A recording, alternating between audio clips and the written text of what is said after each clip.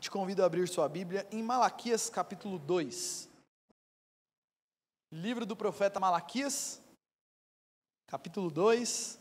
Nossa reflexão hoje é dos versos 10 a 16. Temos estudado esse livro nos últimos domingos, esse é o quarto domingo em que nós estamos então estudando o livro de Malaquias. E o tema dessa série é Levando Jesus a Sério, porque o texto e o livro de Malaquias é um chamado para o povo para entender que caminhada com Jesus é mais do que simplesmente frequentar uma igreja e cantar algumas coisas ou fazer algumas orações, mas tem a ver com uma vida completa, total, dedicada exclusivamente ao Senhor. Eu não sei se você já percebeu isso, mas o livro de Malaquias é um livro onde ele vai trabalhando várias áreas diferentes. E é interessante isso porque é muito comum nós fazermos algumas separações e pensarmos que existem algumas áreas da nossa vida que não tem muita relação com o Senhor. Mas o livro de Malaquias nos mostra o seguinte: caminhar com Jesus é algo que envolve todas as áreas da nossa vida. E quando nós levamos Jesus a sério, isso muda não só a nossa rotina de domingo, mas muda toda a nossa vida, toda a nossa visão de vida, muda todos os aspectos da nossa vida. E hoje nós iremos conversar, a partir então de Malaquias 2, 10 a 16, sobre levar Jesus a sério na nossa vida amorosa, porque esse é o tema desses versículos. Agora Malaquias vai entrar num outro assunto, que é em relação à vida do povo, no que diz respeito aos casamentos e aos relacionamentos conjugais deles. E é interessante porque normalmente nós achamos que isso não tem muita relação com o Senhor Jesus, mas esse texto vai nos mostrar o seguinte: o Senhor nos chama a levar Ele a sério, em todas as áreas da nossa vida. Eu quero ler com você então Malaquias 2, a partir do verso 10, que diz o seguinte: Não temos nós o mesmo Pai? Não nos criou o mesmo Deus? Por que seremos desleais uns para com os outros, profanando a aliança de nossos pais? Judá tem sido desleal, e abominação se tem cometido em Israel e em Jerusalém. Porque Judá profanou o santuário do Senhor, o qual ele ama, e se casou com adoradora de Deus estranho. O Senhor eliminará das tendas de Jacó o homem que fizer tal mal, seja quem for, e o que apresenta ofertas ao Senhor dos exércitos. Ainda fazeis isso, cobris o altar do Senhor de lágrimas, de choro e de gemidos, de sorte que ele já não olha para a oferta, nem aceita com prazer da vossa mão. E perguntais, por quê? Porque o Senhor foi testemunha da aliança entre ti e a mulher da tua mocidade, com a qual tu foste desleal, sendo ela a tua companheira e a mulher da tua aliança. Não fez do Senhor um, mesmo que havendo nele um pouco de espírito? E porque somente um, ele buscava a descendência que prometera. Portanto, cuidai de vós mesmos, e ninguém seja infiel para com a mulher da sua mocidade. Porque o Senhor, Deus de Israel, diz que odeia o repúdio, e também aquele que cobre de violência as suas vestes, diz o Senhor dos exércitos. Portanto, cuidai de vós mesmos e não sejais infiéis. Quero fazer uma pergunta para você. E a sua família, como é que está? Como está a sua vida hoje e a sua vida familiar hoje? Como que vai o seu relacionamento marido e esposa? Como vai seu relacionamento pais e filhos? Filhos e pais? E você que não é casado, como que você tem lidado com a sua vida amorosa, com a sua vida pessoal no que diz respeito a relacionamentos com o sexo oposto? Como vai a sua vida? Como vai a sua família? Eu quero começar, antes da gente entrar no texto, falando, e aí esse é um pressuposto desse texto, e para a gente entender melhor esse texto, a gente tem que entender qual é o plano de Deus para as famílias do povo dele. A Bíblia trata bastante, isso é uma coisa muito interessante, que Deus desde o início, ele sempre trabalhou com famílias.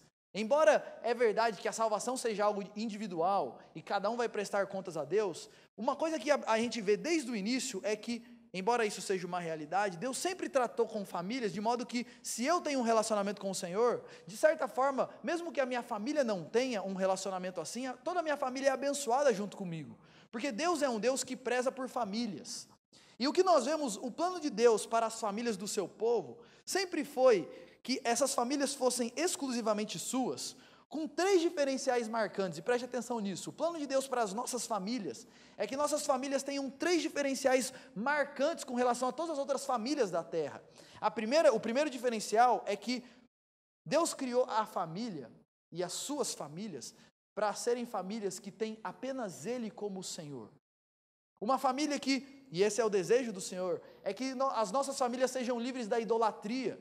E aqui a gente, normalmente, quando pensa em idolatria, a gente pensa em outros deuses, em imagens de pessoas se dobrando diante delas, mas a Bíblia mostra que o conceito de idolatria é muito mais amplo. Qualquer coisa que ocupe o primeiro lugar na minha vida, E qualquer coisa que, de certa forma, divida a atenção e a devoção que eu deveria dar somente a Deus, se torna um ídolo. E olha que interessante isso, porque nós vivemos em uma cultura que há muitos deuses e há muitos ídolos, como, por exemplo, dinheiro, sexo, poder e etc. Deus criou as nossas famílias para serem famílias diferentes de todo mundo. Enquanto todas as famílias buscam dinheiro, enquanto a preocupação de todos os pais é que seus filhos tenham boa formação para que eles ganhem dinheiro e assim tenham mais daquilo que eles não possam ter, as famílias do Senhor devem se preocupar em, principalmente, buscar ao Senhor e ter o Senhor como Deus. Esse é um diferencial marcante, é o primeiro diferencial que Deus planeja para as famílias dele. Um outro diferencial é que as famílias que caminham com o Senhor tenham um relacionamento com o Senhor baseado no amor. Isso daqui é uma coisa muito importante, principalmente na época e hoje também, que na época você tinha muitos deuses e a relação entre Deus, os deuses e as pessoas era um relacionamento baseado no medo e no interesse. As pessoas buscavam os deuses porque elas estavam interessadas em alguma coisa ou porque elas estavam com medo de receber algum castigo. E uma das coisas que é muito marcante na história de Deus com o povo dele é que Deus nunca se apresentou para o seu povo e principalmente cobrando para que assim, façam isso, senão eu não vou amar vocês. Desde o começo foi assim, o povo era tolo, o povo era rebelde, Deus demonstrou todo o amor ao seu povo, e todo chamado à obediência da parte de Deus tem como base o amor dele. Eu gosto muito de pensar nos 10 mandamentos, e normalmente a gente só olha os 10 mandamentos, mas a gente se esquece do primeiro versículo de Gênesis 20, de Êxodo 20, que diz o seguinte: eu sou o Senhor teu Deus, que te tirou da terra do Egito, da terra da escravidão. Isso é bonito porque Deus está dizendo o seguinte: quem tomou a iniciativa para ir até vocês fui eu. Tudo isso daqui que eu vou colocar para vocês é em resposta ao que eu faço por vocês, ao amor que eu tenho por vocês. Deus deseja que as famílias do povo dele tenham um relacionamento com ele com base no amor. E uma terceira característica marcante do povo de Deus é que esse povo é um povo que tem a capacidade de viver de modo puro. Uma vez que nós vamos ao Senhor e Ele transforma as nossas vidas, Ele derrama do Espírito dEle sobre nós, então nós temos condições de nos libertar dos nossos vícios, das situações da nossa vida de impureza. Nós somos capacitados pelo Senhor para nos libertar da ira, para nos libertar das mágoas, para nos libertar dos nossos vícios, das nossas manias ruins, dos nossos pecados. E isso daqui tem um outro ponto, que Deus quer um povo que seja diferente de todo o resto no que diz respeito ao seu padrão moral, ao seu padrão ético. A ideia é, e Deus sempre planejou ter um povo onde as pessoas olham e falam: nossa, que família diferente. Eles não fazem isso. Quando eles brigam, um não bate no outro, um não xinga o outro e vai cada um para o seu quarto e finge que nada aconteceu no outro dia. Eles tratam um ao outro com amor, com respeito, com perdão. Eles são diferentes. Enquanto todos os adolescentes, ninguém quer saber de nada, só quer saber de jogar videogame. Aquele adolescente daquela família, ele é diferente, ele respeita os pais, ele trata os pais diferente. Enquanto todos os jovens estão aí fazendo sexo cada fim de semana com um e etc., aquele não, aquele é diferente, ele tem um outro padrão. O plano de Deus é que o povo dele, nessa caminhada com ele, fosse profundamente transformado por ele. E assim fosse completamente diferente de todas as outras pessoas da terra.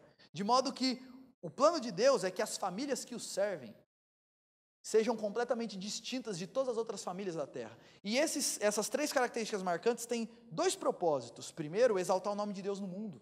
Que o nome de Deus fique evidenciado como o Deus que muda, o Deus que renova, o Deus que transforma. E segundo, e preste atenção nisso, Deus tinha esse propósito e sempre teve, para que assim, por meio dessas famílias, outras pessoas fossem cativadas a esse Deus maravilhoso.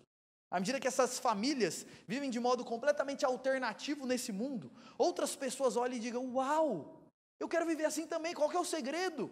E assim, essas famílias transformadas pelo Senhor atrairiam outras famílias para Deus. E a gente vê isso no Antigo Testamento de maneira muito clara. Deus criou o povo dele, formou o povo dele para ser como uma vitrine dele para o mundo. O que é uma vitrine? Pensa aí, quando você vai andar no centro ou no shopping. O que você coloca na vitrine? Umas roupas bonitas, para que, quando nós estamos passando lá na frente, a gente olhe e diga: uau, que coisa bonita, o preço está bom. Eu vou entrar para dar uma olhadinha. Deus deseja que o povo dele seja como uma vitrine dele para o mundo, para que as pessoas passem e digam: uau, que povo diferente. E o preço de graça, pela graça de Cristo, eu vou entrar para dar uma olhadinha. Esse é o propósito de Deus para as famílias. E o grande ponto é que Malaquias está tratando nesse texto de dois problemas que ferem diretamente o propósito de Deus para as famílias. São eles, e para as famílias do seu povo. Quais são os dois problemas que Malaquias está tratando nesse texto? O primeiro é casamento misto. O que é casamento misto? É quando uma pessoa que serve ao Senhor e caminha com o Senhor se casa com uma pessoa que não tem esse compromisso com o Senhor. Então Malaquias nesse texto está tratando desse problema e também do divórcio injustificável. Eu vou entrar aqui no texto, a gente vai explicar melhor isso, mas Malaquias está tratando desses dois grandes problemas. E quando a gente estuda a história de Israel, e é interessante isso, quando você estuda o Antigo Testamento, você vai perceber o seguinte: um dos motivos e uma das coisas que trouxe a ruína do povo foi essa questão do casamento misto. Porque o que acontecia? O povo era só o povo de Deus, exclusivamente de Deus. Mas eles começaram a casar com mulheres e com homens de outras nações e que serviam a outros deuses. E aí quando eles se casavam e iam para a mesma casa, o que acontecia? Enquanto um saía para buscar ao Deus de Israel, o outro ia acender uma vela para Baal. E oferecer não sei o que para Moloque. E o que começou a acontecer com o povo, e a gente vê isso, se você ler a história de Israel, você vai ver isso desde sempre, é que não é o povo de Israel que trazia eles para caminhar com o Senhor. Mas o que acontecia era que essas pessoas de outros povos e de outras religiões implantavam os deuses deles dentro de Israel.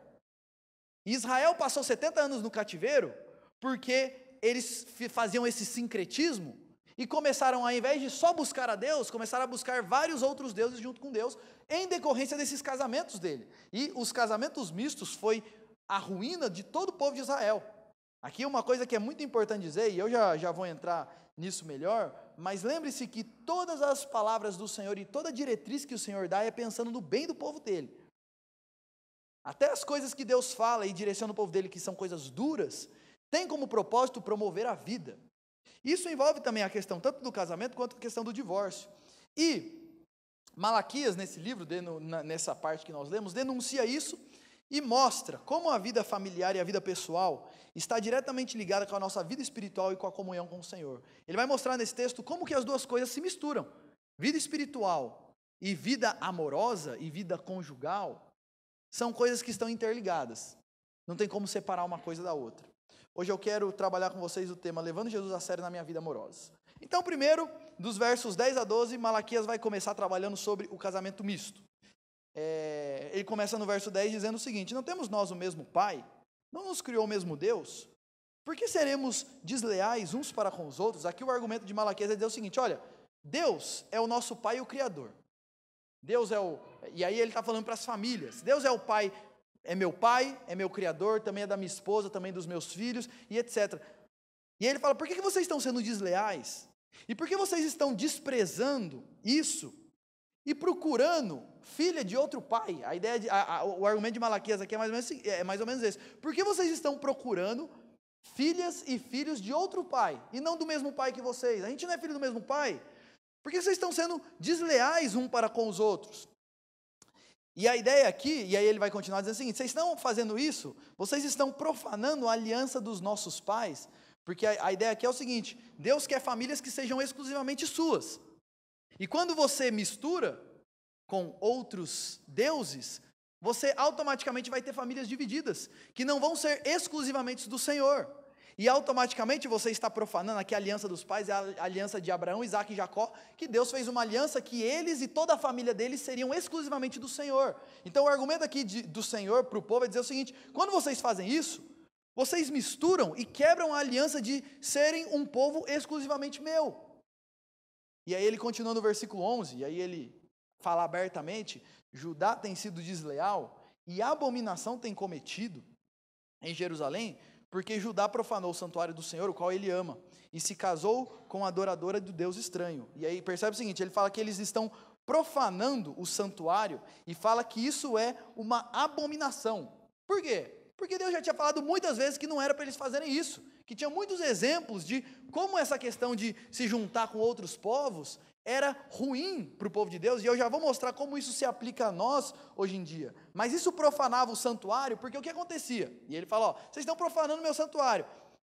Eles tinham as mulheres deles. O que eles estavam fazendo? Largando as mulheres deles, rumando mulheres de outros povos, juntava de mão dada e ia para onde? Para o templo adorar ao Senhor. Deus está falando, vocês estão profanando meu templo, profanando meu santuário. Eles iam adorar ao Senhor com uma mulher que não tem Deus no coração, que não tem compromisso nenhum com o Senhor. E preste atenção nisso, o problema não é o descrente para o culto, o problema não é que, nossa, então, quem não caminha com o Senhor não pode participar de um culto. O problema não é esse, o problema é o contexto. Eles estão abandonando suas mulheres, se juntando com mulheres de outros povos que não têm compromisso nenhum com o Senhor, vão adorar a Deus e acham que está tudo bem, que está tudo certo, que não tem problema nenhum com isso. Alguma coisa está errada. E aí preste atenção numa coisa. Uma coisa que Malaquias nos mostra de maneira muito clara é que o nosso culto é uma expressão da nossa espiritualidade. A maneira como eu cultuo ao Senhor, como eu me achego diante de Deus, revela como está a minha espiritualidade diante de Deus. Uma pessoa que está cheia do Senhor, cheia da presença de Jesus, cheia da palavra de Jesus, quando ela participa de um culto, ela vai estar cheia do coração, cheia de ânimo, para cantar ao Senhor, para ouvir a palavra do Senhor, para praticar a palavra do Senhor. Porque o nosso culto é a expressão de como está a nossa vida espiritual. E olha o culto deles, largava as mulheres, arrumava outras, ia para o culto e achava que estava tudo bem. Malaquias está falando, vocês estão longe, vocês estão cometendo abominação e ainda acham que está tudo bem. E gente, o texto continua no versículo 12, o Senhor eliminará das tendas de Jacó o homem que fizer tal coisa, seja quem for, e o que apresenta ofertas ao Senhor dos Exércitos. Ele fala, olha, a minha mão vai pesar sobre quem está fazendo isso. Aqueles que vivem desse jeito, pode até me buscar, mas eu não vou aceitar a oferta das mãos deles, não. E uma coisa fica muito clara aqui, preste atenção nisso. Manifestações religiosas, sem uma vida devotada ao Senhor, é inútil e é em vão. Percebe? Ele vai falando assim, ó, vocês estão se achegando a mim com essas ofertas nas mãos, sabe o que isso vale para mim? Nada. Por quê? Porque essas ofertas que vocês estão apresentando diante de mim, o coração de vocês não está em harmonia com essas ofertas. Vocês se achegam aqui para me oferecer essas ofertas, mas o coração de vocês, no que diz respeito à vida pessoal de vocês, está completamente longe de mim. E o grande ponto aqui, gente, não é que Deus só vai me aceitar se eu fizer tudo certinho, não é esse o ponto. O ponto do Senhor aqui é que é hipocrisia eu falar que eu amo a Deus e eu quero adorar a Deus e que o meu coração é do Senhor, se a minha vida pessoal de segunda a sábado não está compatível com isso, é hipocrisia da minha parte. Esse é o ponto aqui do Senhor. E talvez você olhe e fale, nossa, Júlio, mas ele está falando o seguinte, então um crente não pode casar com um não crente, e isso é uma abominação, é uma coisa terrível. Por que Deus pega tão pesado assim, quando o assunto é casamento misto? Eu não sei se você já parou para pensar nisso, mas por que Deus leva isso tão a sério? Gente, eu não sei se você já viu isso, mas eu já vi um monte de vezes. Quando um servo do Senhor, que tem compromisso com o Senhor, e aqui uma coisa que é importante dizer é o seguinte, uma coisa é uma pessoa que se converteu depois, é uma pessoa que quando ela se casou, ela não conhecia o Senhor, e então ela se converte, e aí o marido ou a esposa não, então eles estão num casamento onde cada um está caminhando numa direção espiritualmente falando. Isso é uma coisa. Um outro quadro é, eu já tenho compromisso com o Senhor, eu já conheço a Jesus e eu conscientemente escolho e vou para uma direção de ter um relacionamento assim com uma pessoa que não é do Senhor. Por que Deus pega tão pesado nesse ponto? Porque, gente, e aí lembre-se disso, as palavras do Senhor são palavras de vida. O que Ele quer não é o nosso mal, é o nosso bem. O que Ele quer não é nos prejudicar, pelo contrário, é nos abençoar. Sabe o que acontece? Quando nós vamos por esse caminho, o que acontece é que a nossa família fica completamente prejudicada. Fica uma família dividida. Imagina isso, imagina uma casa onde no seu quarto você tem um altar para o Senhor e na sala você tem um altar para outro Deus. A família não caminha junto. Uma pessoa que tem a fé em Cristo Jesus e ama a Cristo acima de tudo, isso é o principal da sua vida. Se ela tem alguém do lado dela que não caminha do mesmo jeito, no fim são duas pessoas compartilhando da mesma vida, mas cada um indo para um lado. Isso é ruim. Isso prejudica a família. Quem que vai mandar na casa? Jesus? O dinheiro? O sexo? O poder? E aí? Quando tiver que tomar uma decisão, como é que vai tomar essa decisão? Não só a família é prejudicada, mas os filhos são prejudicados. A criação vai ser... Imagina uma mãe que não tem compromisso com o Senhor e um pai que tem compromisso com o Senhor. E o filho chega e fala, então, tem 12 anos, estou querendo namorar com aquela menina. A orientação de um e a orientação de outro vai ser diferente. Vai ser complicado. Cada um tem uma visão de vida. Cada um tem um parâmetro de vida. Quando o filho chegar para o pai e falar sobre sexo com a namorada, ele vai falar uma coisa, a mãe vai falar outra. Isso prejudica os filhos. Isso prejudica a espiritualidade da pessoa que caminha com Jesus. Sabe por quê? Porque Deus deseja que o casamento seja assim, duas pessoas seguindo a Jesus juntos, e um encorajando o outro, um botando gasolina no outro, um empurrando o outro para frente. Se eu não tiver alguém que caminha com Jesus do meu lado, essa vai ser uma pessoa que, na melhor das hipóteses, não vai atrapalhar. Isso prejudica a espiritualidade da pessoa e não deixa ela se desenvolver como ela deveria. O serviço ao Senhor fica prejudicado, porque a pessoa não consegue se dedicar como ela deveria. Ela fica limitada em muitas coisas que ela tem que fazer porque tem a outra pessoa que não acompanha. E os propósitos do Senhor são prejudicados. Lembra que o propósito é que as famílias sejam exclusivamente dedicadas ao Senhor para que o mundo veja como o Senhor é bom? Esses propósitos também são prejudicados. O meu ponto quer dizer o seguinte, gente. Deus é claro nesse assunto e Ele é claro para o nosso bem. E Ele está mostrando o seguinte, as pessoas com quem nós nos envolvemos, amorosamente falando, isso tem tudo a ver com a nossa vida com Ele. Isso tem tudo a ver com a nossa espiritualidade. E talvez você pergunte, Júlio, mas isso daí é lá Antigo Testamento, né? Isso daí continua valendo para os dias de hoje?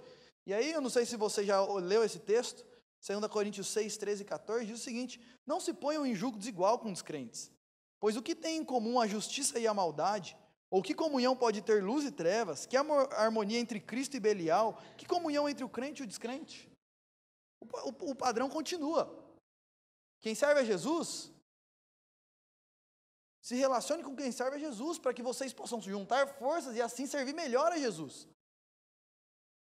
E lembre-se disso, o Senhor quer o nosso bem. Talvez você pense, nossa, Júlio, então eu não posso ter nenhum amigo fora da igreja? Não, claro que não. Você pode, você deve se relacionar com as pessoas para mostrar esse Jesus maravilhoso. A questão aqui é que casamento é a união mais íntima que você vai ter com alguém nessa terra. Casamento é a união onde duas pessoas não são mais duas, são uma pessoa só. Não são mais duas vidas, é uma vida só. Como é que você vai compartilhar a vida com alguém que está caminhando em uma direção oposta? Esse é o ponto aqui. E aí eu tenho uma coisa para dizer, e um parênteses para fazer aqui, porque tem gente que fala assim, nossa, Júlio, não, mas posso falar, eu já tive um relacionamento assim, não me prejudica. E eu não acho que seja tão ruim assim, e eu quero te dizer uma coisa. Se você serve a Jesus, se relaciona com uma pessoa que não serve a Jesus de maneira íntima, de maneira amorosa e etc., e acha que não faz tanta diferença, eu quero te dizer que você precisa rever sua fé. Porque talvez você não tenha um compromisso tão sério assim com Jesus como você imagina. Porque se Jesus é tudo na nossa vida, é aquele que nos dirige. E a gente consegue caminhar sem nenhum tipo de problema, ao lado, em intimidade, com alguém que não tem nenhum compromisso com esse Jesus e está tudo certo, não tem problema nenhum, alguma coisa está errada. Jesus coloca que nós devemos levar Ele a sério, inclusive quando a gente for constituir uma família, para exaltar Ele, para cumprir os propósitos dEle para a nossa vida. Então, o primeiro ponto que Malaquias está tratando aqui é essa questão do casamento misto. E ele coloca aqui, olha, meu povo, eu quero que se relacione com o meu povo. Por quê? Para o bem deles, para que eles possam unir forças para servir melhor ao Senhor. Ih, Júlio, ouvi isso tarde demais, agora já foi. E agora, o que eu faço? Agora você peça graça ao Senhor. E Deus transforma o mal em bem. E uma outra coisa importante para dizer é o seguinte, Júlio, mas eu conheço uma amiga de uma amiga minha que casou desse jeito e depois a esposa veio para a igreja. Tudo certo, melhor coisa que aconteceu. Quero te dizer uma coisa. Cada um caso que você conta para mim que deu certo, eu conto 50 que não deu. E o que dirige as nossas vidas não são nossas experiências, é a palavra do Senhor. Se deu certo, é misericórdia de Deus. Ele foi bom. Mas a orientação da palavra do Senhor é muito clara sobre esse assunto. Porque o Senhor quer o nosso bem. Então eu quero frisar bastante isso. Você que é jovem, você que é adolescente e tem compromisso com o Senhor, guarde-se e comece a orar pedindo, Deus, prepara um servo do Senhor para mim. Deus, prepara uma menina do Senhor para mim. Deus, prepara um homem do Senhor para mim. Porque eu quero servir melhor ao Senhor com alguém que o Senhor colocar do meu lado. leve Jesus a sério na sua vida amorosa também. Porque a nossa vida amorosa tem tudo a ver com Jesus. Segunda coisa que o texto vai trabalhar é a questão do divórcio. Então, primeiro ele fala sobre casamento misto e depois ele fala sobre divórcio. Olha o que ele vai dizer. Essa parte aqui é ainda mais pesada do texto. Ele vai dizer, e vocês ainda fazem isso. Cobris o altar do Senhor de lágrimas, de choros, de gemidos. Imagina essa cena. Alguém ajoelhado diante do altar, chorando copiosamente, gemendo, gritando e etc. Quebrantando, se rasgando diante do Senhor. E Deus fala, de sorte que ele já não olha para a oferta e nem aceita com prazer da vossa mão. Nossa, a pessoa está se rasgando lá e Deus olha e fala, está em vão? Está perdendo tempo? Deus declara que eles podiam fazer o ritual que eles quiserem, mas que Deus não. Eu fui testemunha, o Senhor foi testemunha da aliança que vocês fizeram quando vocês casaram. Eu fui testemunha dessa aliança. E vocês estão sendo infiéis a essa aliança. E aqui, gente, tem algumas coisas que é importante frisar, é que diante de Deus, o que é casamento? E preste atenção nisso. O que é casamento diante de Deus? Na nossa cultura, casamento é um contrato social entre duas pessoas para que quando um ou outro morra, você tenha proteção legal. Casamento na nossa cultura é isso. É um contrato para que, bom, se sua esposa morrer, se o seu marido morrer, você fica com a pensão dele, a casa e etc. Se acontecer alguma coisa, você pode legalizar. Na nossa cultura, casamento é isso. Diante de Deus, casamento é uma aliança entre duas pessoas confirmada por Deus. Deus fala, eu sou testemunha da aliança que vocês fizeram lá na mocidade quando vocês casaram. Casamento, se você é casado, preste atenção nisso. O que é casamento? Eu firmei o compromisso com a minha esposa ou com o meu marido diante de Deus. Ah, Júlio, mas na época eu nem pensava em Deus. Não interessa, isso é casamento diante de Deus. Ah, mas na época, casamento é uma aliança, um compromisso firmado entre duas pessoas diante de Deus. E se você não é casado, entenda o que é casamento. Saiba o que é casamento e se prepare para isso. É uma aliança entre duas pessoas, é um compromisso firmado entre duas pessoas diante de Deus. E é por isso que a parte mais importante de um casamento não é o momento que a noiva entra, não é o momento em que o pastor prega, não é o momento onde as testemunhas assinam o livro. O momento mais importante do casamento é o momento onde um olha para o outro e fala, eu prometo, diante de Deus, que eu estarei do seu lado, eu serei fiel e etc. Porque isso é casamento, é um compromisso que duas pessoas estão firmando ali diante do Senhor. E, preste atenção numa outra coisa, a gente precisa estar atento e levar em conta todo tipo de deslealdade.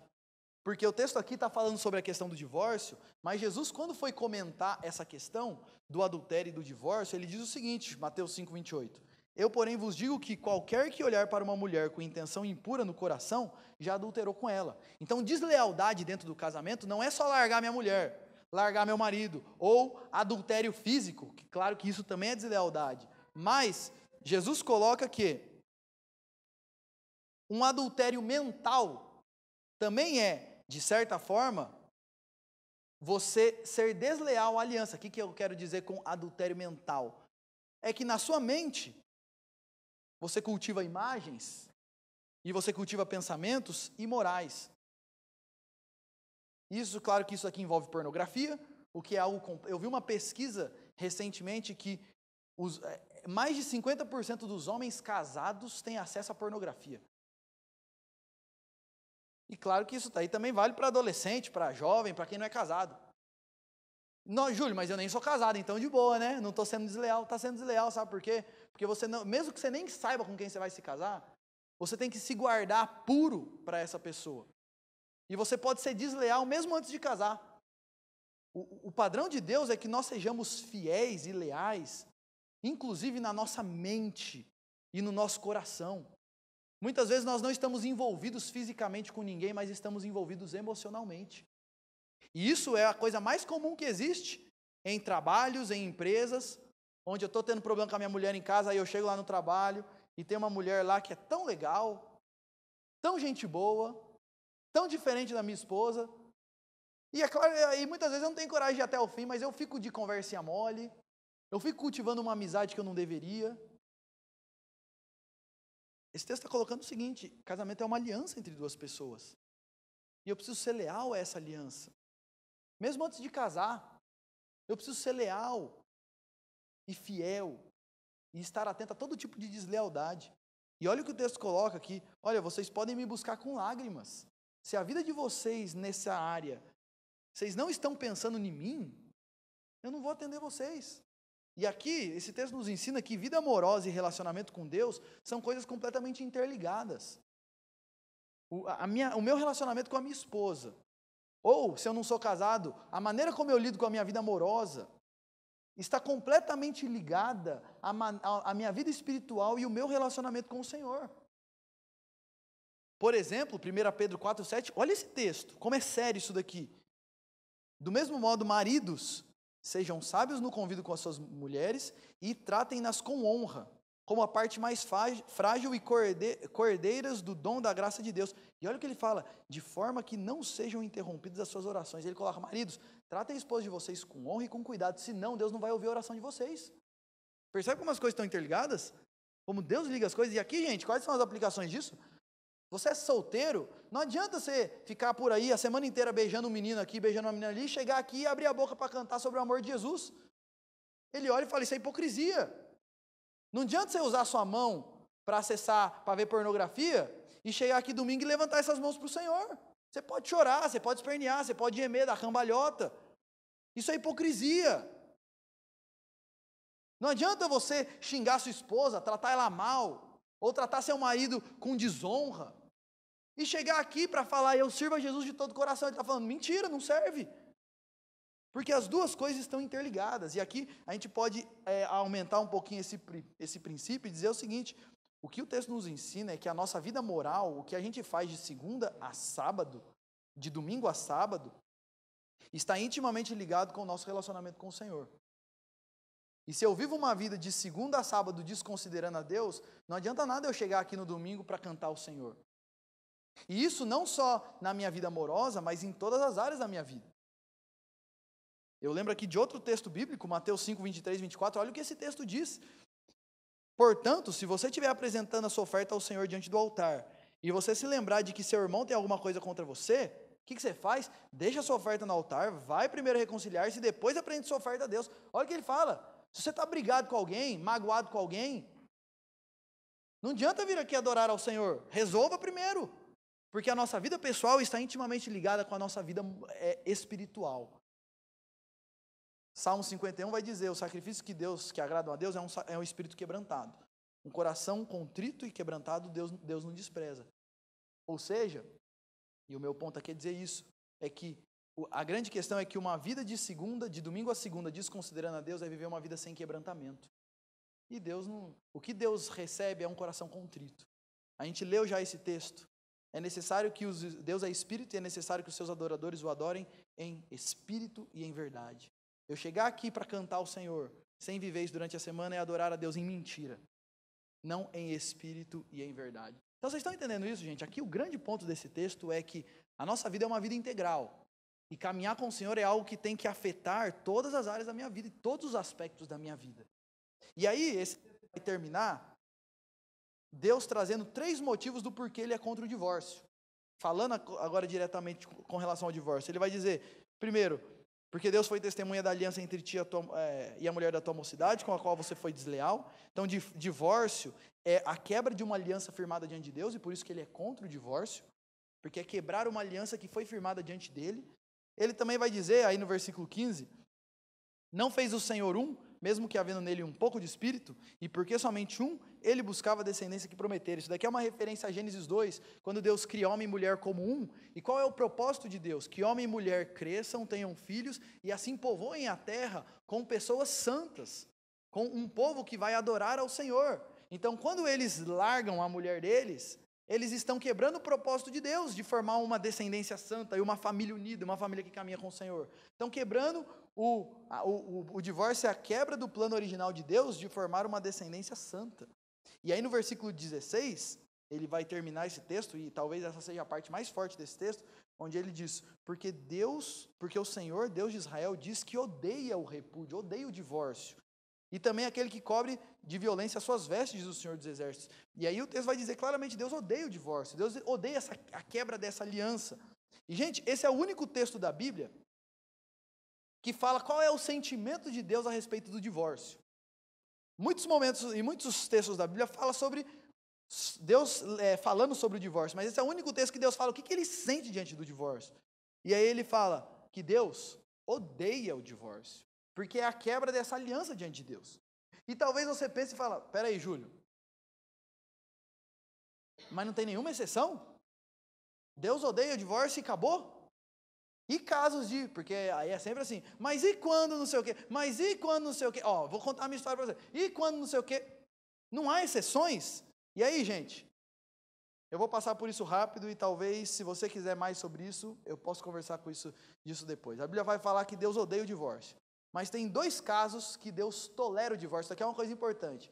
Não é que Deus aprova, não é que Deus incentiva, não é que Deus acha legal. Mas existem 2 circunstâncias onde Ele tolera o divórcio, e o texto de Mateus 19 vai deixar claro que é por causa da dureza do coração do homem. É por isso que Ele tolera. Porque o mundo está em pecado, então existem algumas coisas que é o menos pior. E quais são esses 2 casos que Deus abre uma exceção? Casos de adultério e adultério consumado, adultério físico. A pessoa foi lá e deitou com outra mulher, deitou com outro homem. E mesmo nesses casos, o perdão é a primeira opção, se houver arrependimento. E o outro caso, que 1 Coríntios 7 vai colocar, é o caso de abandono por pai de um descrente. Eu sou casado com uma pessoa que não conhece ao Senhor e ele me abandona. E aí não tem o que fazer também, né? Ele foi embora e acabou. Esses são os 2 únicos casos que a Bíblia abre uma exceção. Infelizmente, a gente vive numa época em que a aliança do casamento é banalizada. Ah, minha esposa não cozinha direito. Não aguento mais essa mulher. Você não sabe o que eu vivo. Eu não como um arrozinho gostoso. Faz 6 anos. Não aguento mais. A gente vive numa época onde as pessoas se divorciam por tudo. É incompatibilidade de gêneros, incompatibilidade de cultura, é temperamento, é não sei o quê, são vários os motivos. E a Bíblia vai dizer o seguinte, nada disso é motivo. Só tem 2 exceções. E talvez você pense, Júlio, mas você não conhece a minha vida. Eu e a minha mulher vivem em pé de guerra. Não é melhor cada um ir para o seu canto? E resolve logo esse problema? Sabe qual é a minha resposta a você? Não, é melhor tratar esse problema, é melhor tratar a sua ira. Sabe por quê? Porque senão você divorcia desse, você vai casar de novo, vai ter o mesmo problema. Porque o problema é o nosso coração irado. E aqui um exemplo que uma vez eu ouvi e eu gostei bastante. Imagina que você acordou com o seu braço ruim. Seu braço não está funcionando direito, está doente. Você está estranho, está doendo, você não consegue levantar, etc. O que você faz? Você vai no médico e fala assim, doutor, estou querendo amputar o meu braço. Então eu vim aqui para marcar uma cirurgia, porque eu quero cortar o meu braço fora. É isso que você faz? Não, o que você faz? Doutor, como é que trata? Eu quero restaurar aí. A gente deveria olhar para o nosso casamento assim. Você está com alguma doença? Não está funcionando direito? E é importante dizer isso, não existem famílias perfeitas, mas existem algumas famílias que funcionam e outras que não estão funcionando bem. Se não está funcionando direito, qual que é o caminho? É a gente procurar na palavra do Senhor como lidar com essas questões para que funcione melhor. Você não corta o braço e arranca fora, você trata dele. Isso também vale para a nossa vida pessoal. Ih, Júlio, mas você está falando tudo isso daí, já foi. Já divorciei porque a mulher queima arroz, já foi, não tem mais como eu voltar atrás. O que eu faço? Agora já era, vou para o inferno? Quero te dizer uma coisa, não. O divórcio não é um pecado imperdoável. E a Bíblia deixa uma coisa muito clara, todos os que se arrependem e confessam seus pecados ao Senhor, encontram perdão. Mesmo aqueles que cometeram erros na área amorosa. E eu quero te fazer um convite aqui. Se você sabe que você errou nessa área, ao invés de ficar se justificando, confesse seus pecados ao Senhor e abrace o perdão de Cristo. Porque às vezes a gente fica se justificando para nós mesmos e a gente no fim a gente fica carregando essa culpa por anos. Errou? Confesse os seus pecados ao Senhor e o verdadeiro arrependimento sempre vai gerar frutos. Isso aqui é uma coisa importante dizer. Sabe como a gente sabe que houve verdadeiro arrependimento? É que no que eu errei, eu confesso ao Senhor, se eu errei contra alguém, eu confesso os meus pecados para aquela pessoa e se der para consertar alguma coisa, eu conserto. Tem muitos casos que não tem como consertar, já foi e acabou. Mas naquilo que dá para consertar, isso é arrependimento. Confesso ao Senhor, confesso às pessoas e conserto aquilo que dá para consertar. Quando há arrependimento, há perdão e uma nova chance da parte de Jesus. E nosso papel, quando uma pessoa à nossa volta erra nessa área e se arrepende, o nosso papel, e isso é importante dizer porque nós vivemos em um meio evangélico onde de um lado a gente tem as igrejas e aquele padrão onde não interessa a sua vida amorosa, se você acredita em Jesus, está tudo certo, não tem problema nenhum. que banaliza completamente a vida amorosa e a relação disso com Deus. Você tem, desse lado, algumas igrejas. Do outro lado, você tem aquela que é o seguinte: divorciou, pecador miserável vai para o inferno. Aqui você não é bem-vindo e acabou. Qual que deve ser a nossa postura? A mesma de Jesus. Jesus acolhe todo pecador arrependido. E a gente não deve banalizar essa questão dizendo que não, está tudo bem, não aconteceu nada. Não, é errado. Mas ao mesmo tempo, quando há arrependimento, confissão de pecados, nós abraçamos com todo amor e carinho.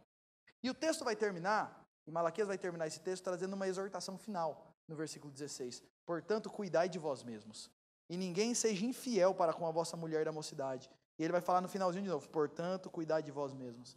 Eu quero terminar dizendo o seguinte, gente: para você ser fiel, vigie o seu coração, vigie seus olhos, vigie suas conversas.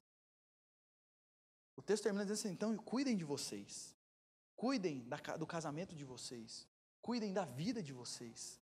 E eu quero te desafiar aqui a levar isso a sério e tomar muito cuidado com as conversas que você tem no seu trabalho, não só com mulheres ou com homens, mas mesmo que você é uma menina, as conversas que você tem com outras mulheres, porque muitas vezes nós somos induzidos e nós nos deixamos influenciar por pensamentos errados nessa área. Cuidado, vigie os seus olhos, aquilo que você olha no computador, aquilo que você vê no celular, vigie seus olhos, vigie o seu coração. Invista no seu casamento. Invista na sua família. Você tem tratado o seu marido e investido no seu casamento, no relacionamento de vocês? O que você tem feito para fazer com que o seu casamento seja melhor? Invista na sua vida pessoal e no seu casamento. É isso que o profeta está falando. Gente, vigiem, tome cuidado. A minha pergunta para você é essa: o que você tem feito para investir no seu casamento? Vou fazer outra pergunta. A situação talvez assim não chegou ainda num extremo, mas está caminhando para uma coisa ruim. O que você tem feito para resolver isso? Tem alguma situação que assim está fervendo, você precisa de ajuda? Peça ajuda. Cuide dessa área da sua vida, cuide da sua família. Se você é solteiro, guarde-se puro. Cuidado com as conversas, cuidado com os relacionamentos, cuidado com o que você vê no celular. Seja fiel mesmo antes de conhecer a sua namorada. Para você que é homem ou para você que é mulher que está aqui, que são solteiros. Você gostaria de casar com uma pessoa que olha nos seus olhos e diz o seguinte: você é o único homem da minha vida. Você é a única mulher da minha vida.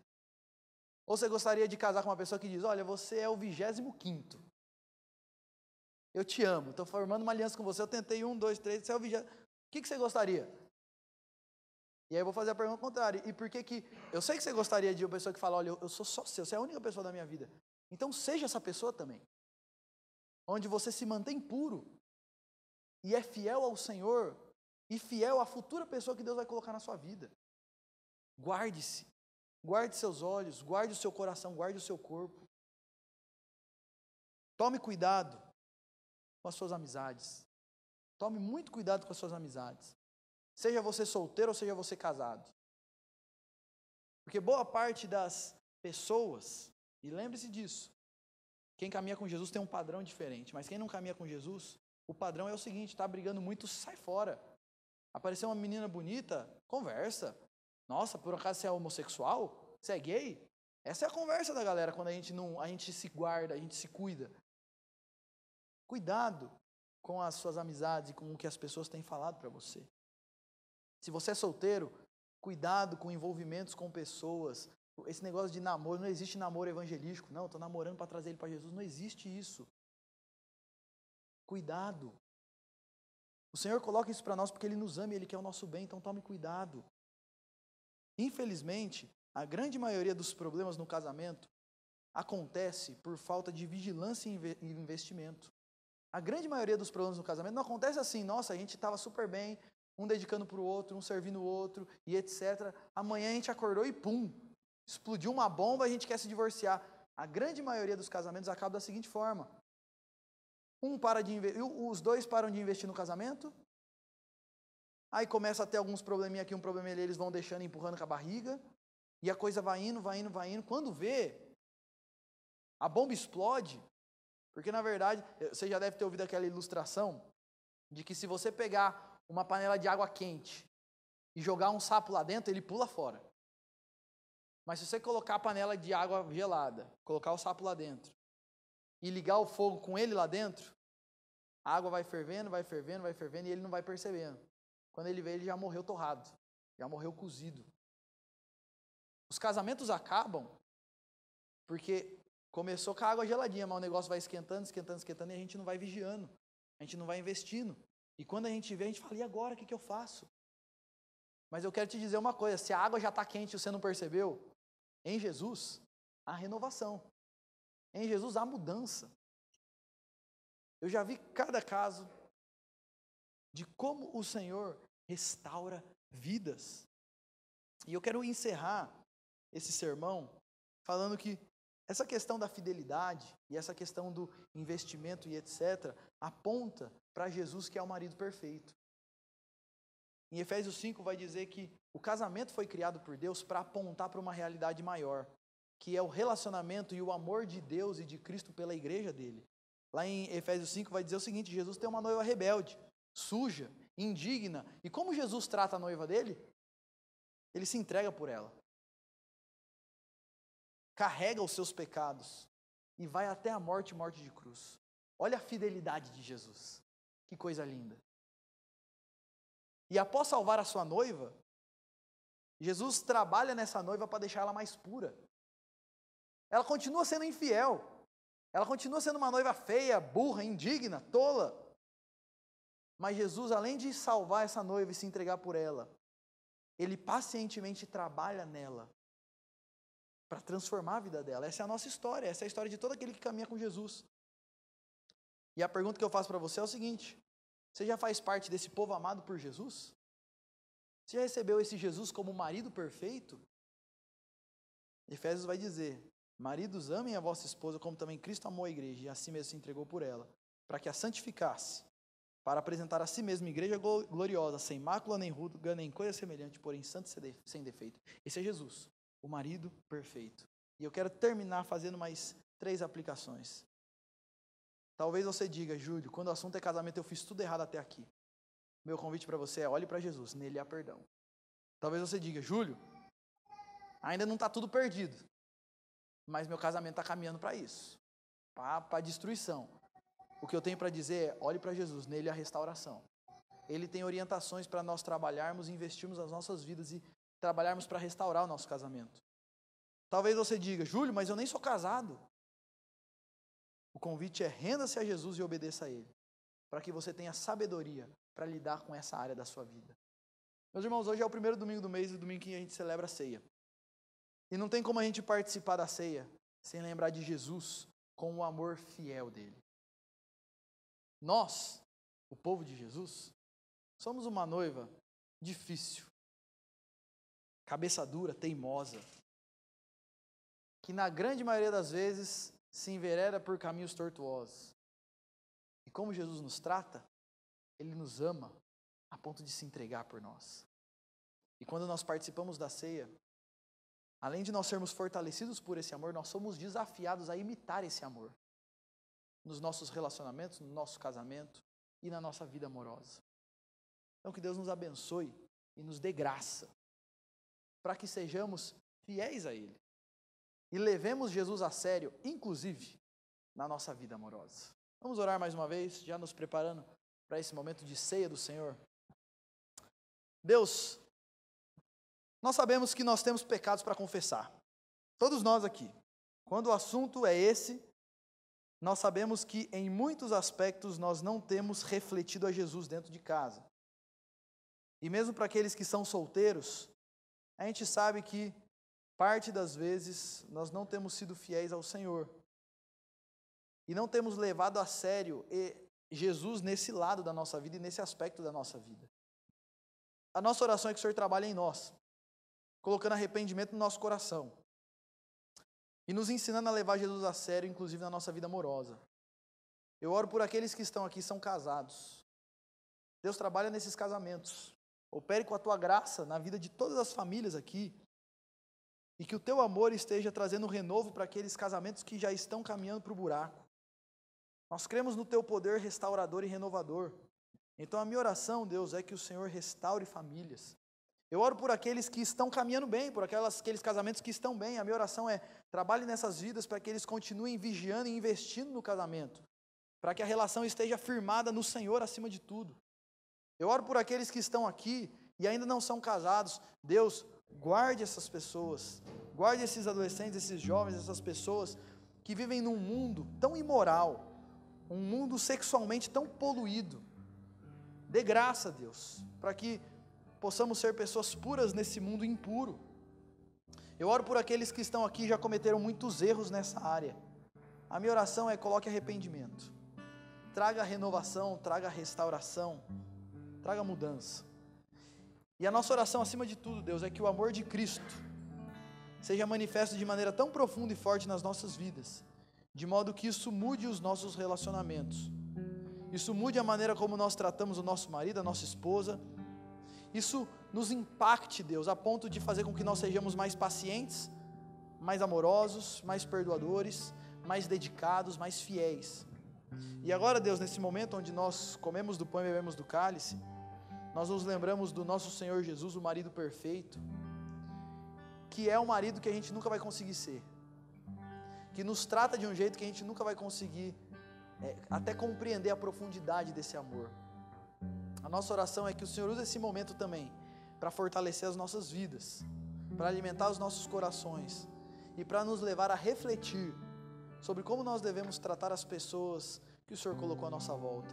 E nos ajude, Senhor, para que nós sejamos uma igreja composta por famílias que vivem com o Senhor e refletem o Senhor nesse mundo, famílias exclusivamente tuas, que espalham a glória do Senhor nesse mundo que está tão carente da tua luz. Então usa as nossas vidas e use as nossas famílias nesse intento e nesse propósito. Essa é a nossa oração, no nome de Jesus. Amém.